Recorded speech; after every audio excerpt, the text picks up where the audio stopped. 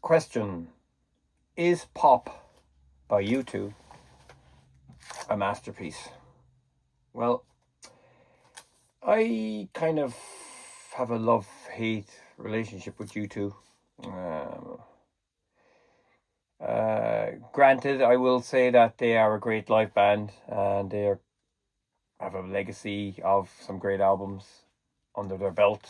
But I was a latecomer. I never listened to U2 back in the 80s. I got into the band um, when I heard Octung Baby, which I think is a fantastic album. And then I started buying this stuff, and I went backwards and bought all the early stuff. But, I would say from 91 up to most of the 90s, all the way through the 90s, I was a U2 fan. And when they released stuff, I bought it. I bought U2-POP. It's not bad. There's some good stuff on it, but it's still a little bit, it lacks certain things. But it's when Pop came out, I just think that Pop is a fantastic album. It's probably my favorite U2 album. For the reason that it's of its time, but it's kind of hard to. I don't think it's really. I don't think it really has dated. It's a U2 album, and apart from the 80s stuff where they it started off as kind of a garage sound when they were starting off in Dublin. The first three albums have this clanky garage sound, and then of course when they got involved with Eno for the Unforgettable Fire, it got a little bit more serious and a little bit more streamlined and more sophisticated. And then of course you had the Blockbuster, their biggest commercial peak, I guess, in the 80s, the Joshua Tree. And then they kind of started getting a bit they started getting a little bit bogged down with things like Rattle and Hum, which was overkill. But in Octung Baby, the band reinvented itself beautifully, and I was kind of hooked at that stage. I just liked the production. I liked, Edge's guitar. I mean, a lot of people always say, the Edge, he's not, virtuoso and all this kind of stuff. But I beg to differ. I think that he is, just because he's not playing, all these fiddly diddly solos, he is an amazing soundscape guy. He, his reverb work. I think the Edge is the sound of U2, and a lot of people will say, I know Adam Clayton's bass is the kind of the deep, throbbing engine of U2, along with Larry Mullen. I think Larry's a great drummer, but by the time this came along, they were sampling a lot of stuff, even I guess back in the early 90s as well. I just feel that this is, the perfect U2 album because it embraces technology. And it also has the U2 sound. And the songs on it are great, It's got 12 tracks. I was living in Australia when this came out. And I rushed out to buy it. I bought the CD. And then I actually picked up the vinyl. This is an original. This was from 97. I picked this up, I think, maybe 20 years ago. I don't know, was it 2003 or 4? I can't remember. Limited edition double vinyl includes a single Discotheque. Discotheque was the lead single where they dressed up like village people. But I think everything about Pop is stylistic, from the artwork to the to the intent. I just think it's very good.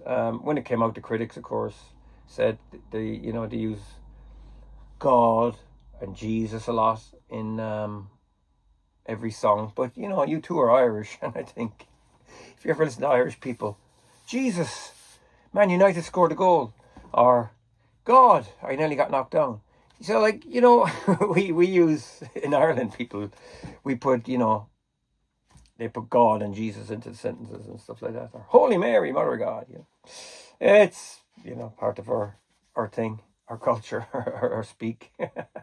But I saw U2 live in 1993 on the U2-POP tour, but I never saw him on this tour, which was a pity. I would have went, only I think I had just left Australia. I was living there for the year. I just left, and they played in Melbourne.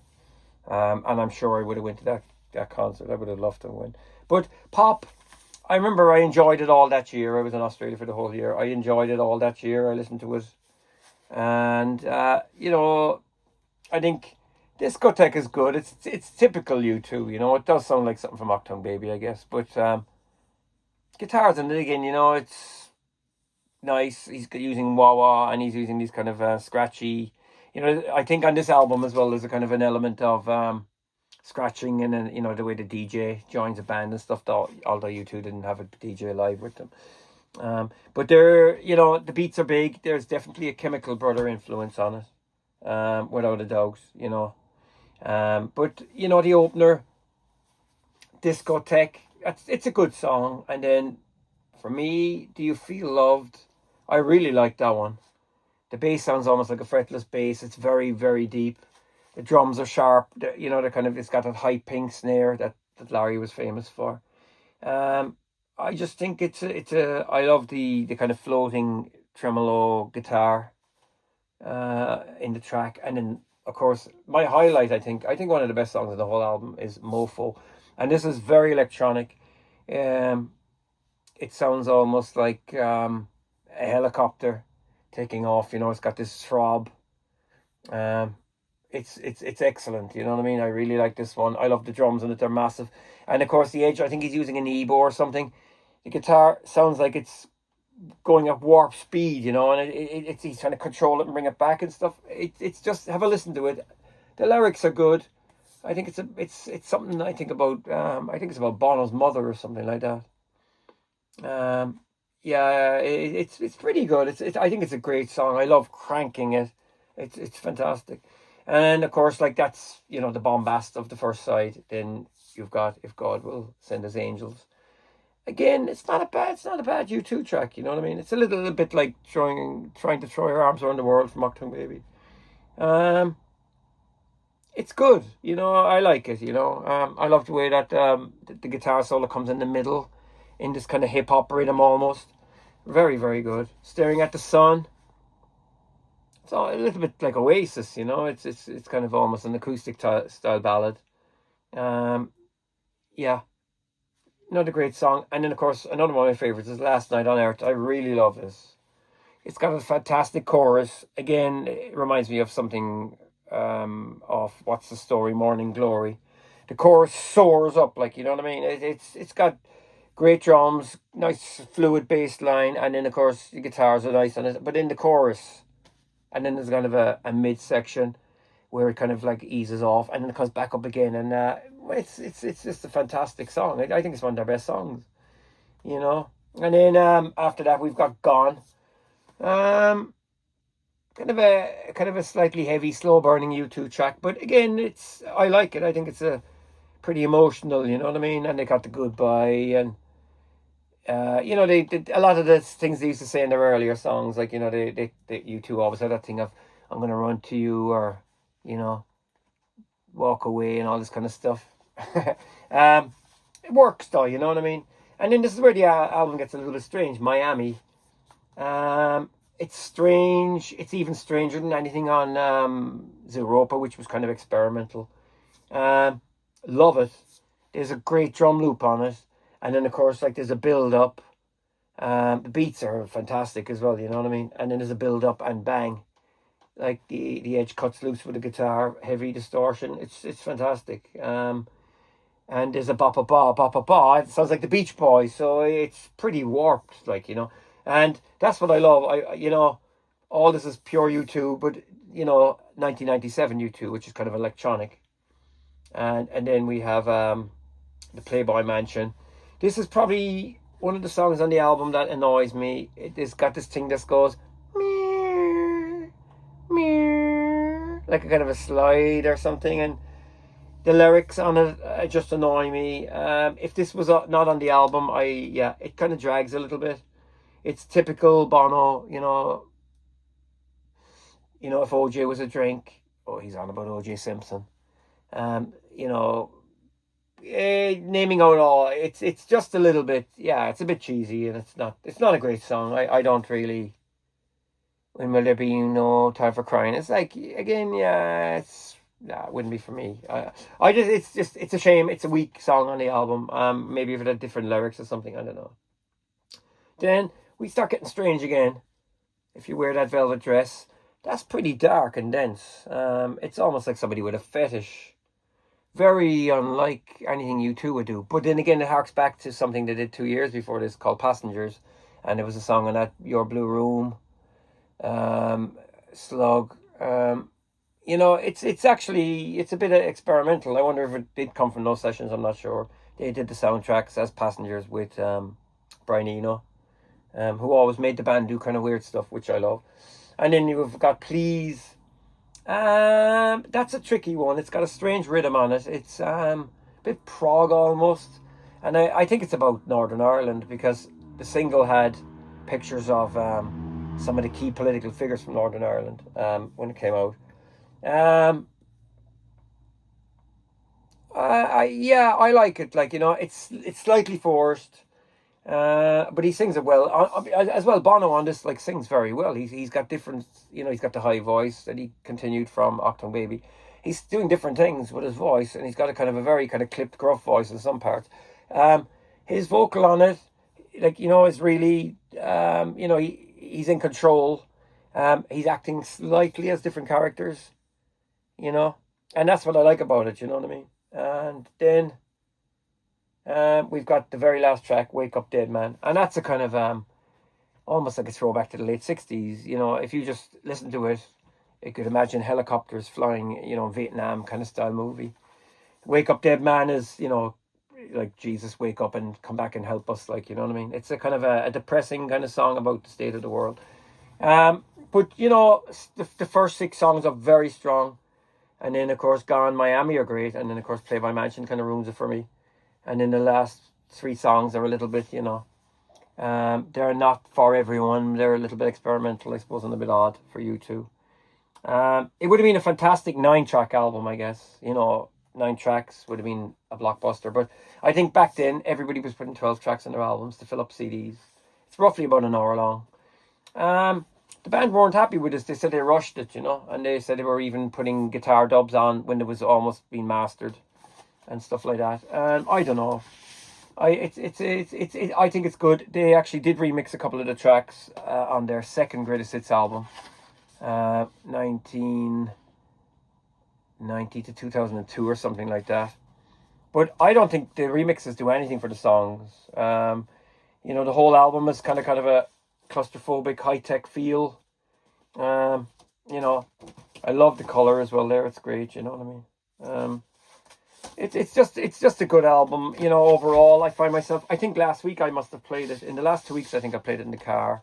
I must have played it at least 10 times. I seem to listen to it a lot. Look, that's the age with his he's got kind of tiles on the Les Paul. Larry. Very, very, tongue-in-cheek. Yeah. This has been reissued since on Orange. Remastered and issued on Orange vinyl. But they say remastered, but I'm not sure if the CD is after being remastered. I think the band kind of have disowned it and stuff. It's a shame because I think that they could go back and it definitely deserves a box set, maybe with a live concert. There was a Mexican concert, they could do that. And I bet you they will. I mean, next year is 2 years to go and it will be 30. I think they should definitely do a box set. I would buy it without a doubt. I just love everything from this. I love all the singles. Some of the remixes are a bit tedious, there's the inner sheet there with all the lyrics and who produced who. It's generally produced between Flood and Howie B, recorded by Alan Moulder, assisted by Rob Kerwin, mixed by Howie B. Then there's Dix on it and stuff like that. Of course, then some Mark Spike Stint was also involved. The usual, but doesn't have. I don't think it's mainly Flood. I don't think there's anything by. I don't think Eno had any involved with this. Steve Osborne is also here again. Um, yeah. So yeah, it was kind of like, yeah, almost like they took a long time to record it as well. I think they were recording it, I think, late 95 and then into 96. But I think it's a great album, a strong album. It's one I love listening to, from start to finish. And I just wish they would. When I say wish they do a box set, it's probably going to cost a fortune because U2 is, they always charge an arm and a leg for everything. But yeah, I think, when All You Can't Leave Behind came out, I was very disappointed. Even though there is some strong songs on that album, they lost the density and the muddiness and the claustrophobia and paranoia of this album. You know, if it came out the same year as Be Here Now by Oasis, is it better than Be Here Now? Definitely. It also came out the same year as OK Computer by Radiohead. Is it better than that? I tend to listen to this more. I don't know what it is. I'm not going to say it's better than OK Computer, but it's U2 have been around a long time before Radiohead. But I think it's a good album, and I think if you've never heard it, just have a listen to it, and if you had it and you're sick of it, well, maybe go back and give it another try. It needs to be played loud, I find. It's kind of dance orientated as well. But for me, I love it. Then what happened in How to Dismantle Atomic Bomb came along in 2004, and then we had No Line on the Horizon. By the time they came out, I was kind of tired of it, yeah. And then, of course, Songs of Whatever, and then there's another one that came out, their last one. I bought them but lost interest, and I only bought them a couple of years back. I kind of stopped buying this stuff completely. And as well as that, I kind of, Bono kind of rubs me up the wrong way. Some of his, yeah, I'm not going to get into it, but he's, he just irritates me and stuff like that. I don't take him serious anymore. He's, I think U2 really for me is, The Edge is the sound of U2.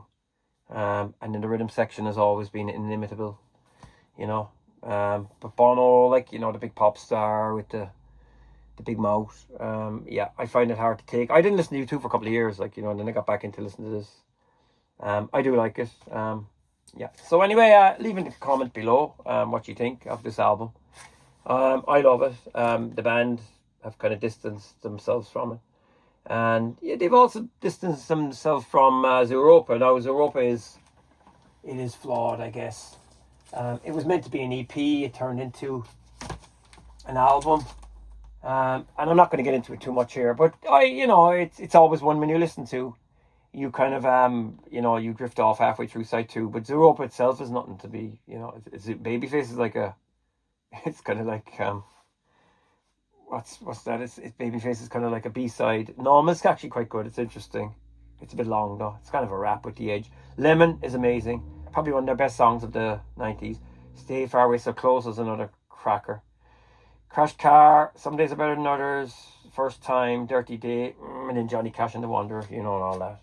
But yeah, it's still, I wish they would do, I'm not saying do box sets because there's a lot of house mixes from that era, But anyway, the topic here is U2. It's pop. Tell me what you think. I love it, and that's all I gotta say. So anyway, till next time, thanks for watching. Feel free to subscribe and take care.